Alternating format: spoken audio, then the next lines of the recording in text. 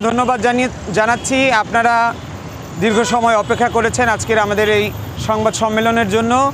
আমরা আজকে এসেছিলাম মাননীয় প্রধান উপদেষ্টা বরাবর স্মারকলিপি প্রদানের জন্য। আমাদের যে দাবিটি ছিল নির্বাচন কমিশন হতে আওয়ামী লীগের নিবন্ধন বাতিল, গণহত্যাকারী দল হিসেবে আওয়ামী লীগের বিচার এবং জুলাই আগস্ট গণহত্যার দ্রুত বিচার নিশ্চিতের দাবিতে আমাদের সুনির্দিষ্ট তিনটি দাবি ছিল। সুনির্দিষ্ট তিনটি দাবির মধ্যে নির্বাচন কমিশন হতে আওয়ামী লীগ ও তার সহযোগী রাজনৈতিক দলসমূহের নিবন্ধন বাতিল করতে হবে। গুম, খুন এবং গণহত্যার দায়ে দল হিসেবে আওয়ামী লীগ এবং তার সহযোগী যে দলসমূহ রয়েছে তাদের দ্রুত বিচারের আওতায় আনতে হবে। জুলাই আগস্ট গণহত্যার দ্রুত বিচার ও ক্ষতিগ্রস্ত পরিবারদের পুনর্বাসন, আহতদের সুচিকিৎসা নিশ্চিত করতে হবে। আমরা উদ্বেগের সাথে লক্ষ্য করছি প্রধান উপদেষ্টা উনি ডেইলি স্টার একটি সংবাদ আমরা দেখেছিলাম মার্চ মাসের 20 তারিখে তিনি বলেছিলেন অন্তর্বর্তীকালীন সরকার আওয়ামী লীগকে নিষিদ্ধ করার কোনো পরিকল্পনা নেয়নি। এটি দেখে আমরা উদ্বেগ জানাচ্ছি, তার কারণ যে রাজনৈতিক দলটি বাংলাদেশে গুম চালিয়েছে, খুন চালিয়েছে, অবাধ দুর্নীতি চালিয়েছে এবং বিরোধী দলমত দমন করেছে এবং সর্বশেষ আমরা দেখেছি গণহত্যা, যে নির্মম গণহত্যা চালিয়েছে, 20,000-এর মতো মানুষকে আহত করেছে, 2,000-এর মতো মানুষকে খুন করেছে, হেলিকপ্টার দিয়ে মানুষকে খুন করা হয়েছে। সেই জায়গায় এমন একটি রাজনৈতিক দল নাৎসি বাহিনীর মতো নিষিদ্ধ হবার দাবি রাখে।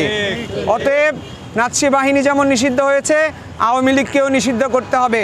আওয়ামী লীগ যতদিন পর্যন্ত নিষিদ্ধ না হবে ততদিন পর্যন্ত আমাদের আন্দোলন সংগ্রাম চলবে। আমি স্মারকলিপিটি আপনাদের পড়ে শোনাচ্ছি এবং স্মারকলিপিটি আপনাদের হাতে হাতে দেওয়া হবে। জনাব, বাংলাদেশের মানুষ গত 16 বছরের শোষণ, দুর্নীতি, বৈষম্য, অত্যাচারী শাসকের গুম, খুনের বিরুদ্ধে লড়াই সংগ্রাম আপনার অজানা নয়। আপনি নিজেও একজন নির্যাতিত মজলুম। 5 আগস্টের গণ অভ্যুত্থানের মধ্য দিয়ে 2000 শহীদের আত্মত্যাগ ও 20,000 হতাহতের বিনিময়ে আমরা স্বৈরাচার হাসিনা সরকার সহ আওয়ামী ফ্যাসিবাদের পতন নিশ্চিত করতে পেরেছি।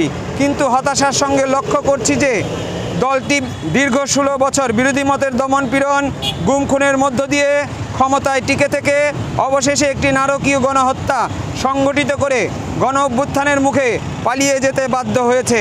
নির্বাচন কমিশনে এখনও সেই গণহত্যাকারী ও তাদের সহযোগী দলগুলোর নিবন্ধন বাতিলের কোনো উদ্যোগ পরিলক্ষিত হচ্ছে না। অত্যন্ত উদ্বেগের সঙ্গে লক্ষ্য করছি অন্তর্বর্তীকালীন সরকার আওয়ামী লীগকে নিষিদ্ধ করার কোনো পরিকল্পনা নেই বলে জানিয়েছেন প্রধান উপদেষ্টা অধ্যাপক ডক্টর মোহাম্মদ ইউনূস। 20 মার্চ 2025 সাল দি ডেইলি স্টার। এমন সংবাদ আমাদের উদ্বেগ আরও বৃদ্ধি করেছে। একটি জালিম ও গণহত্যাকারী দল হিসেবে আওয়ামী লীগ ও তার সহযোগীদের কোনোভাবেই নির্বাচন কমিশন কর্তৃক নিবন্ধন থাকতে পারে না এবং গণহত্যা পরিচালনার দায় থেকে সংগঠন হিসেবে মুক্তি পেতে পারে না। নিম্নোক্ত 3টি দাবি আপনার নিকট পেশ করছি। নির্বাচন কমিশন হতে আওয়ামী লীগ ও তার সহযোগী রাজনৈতিক দলসমূহের নিবন্ধন বাতিল, গণহত্যা, গুম খুনের দায়ে দল হিসেবে আওয়ামী লীগ ও তার সহযোগী সংগঠনসমূহের দ্রুত বিচার প্রক্রিয়া গ্রহণ করতে হবে।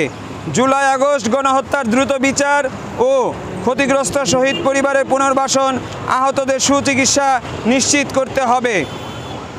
নাদিম হাসান বাংলাদেশ যুব অধিকার পরিষদের সাধারণ সম্পাদকের নেতৃত্বে প্রতিনিধি দলে অন্যান্য যে সকল সদস্য ছিল, মুমতাজুল ইসলাম সাংগঠনিক সম্পাদক, সৈয়দ মাহবুবুর রহমান অর্থ সম্পাদক, মোহাম্মদ মাহবুবুর রহমান জসিম সহ সভাপতি, সঙ্গীতা হক যুগ্ম সাধারণ সম্পাদক, মোহাম্মদ আবু বকর গণমাধ্যম বিষয়ক সম্পাদক।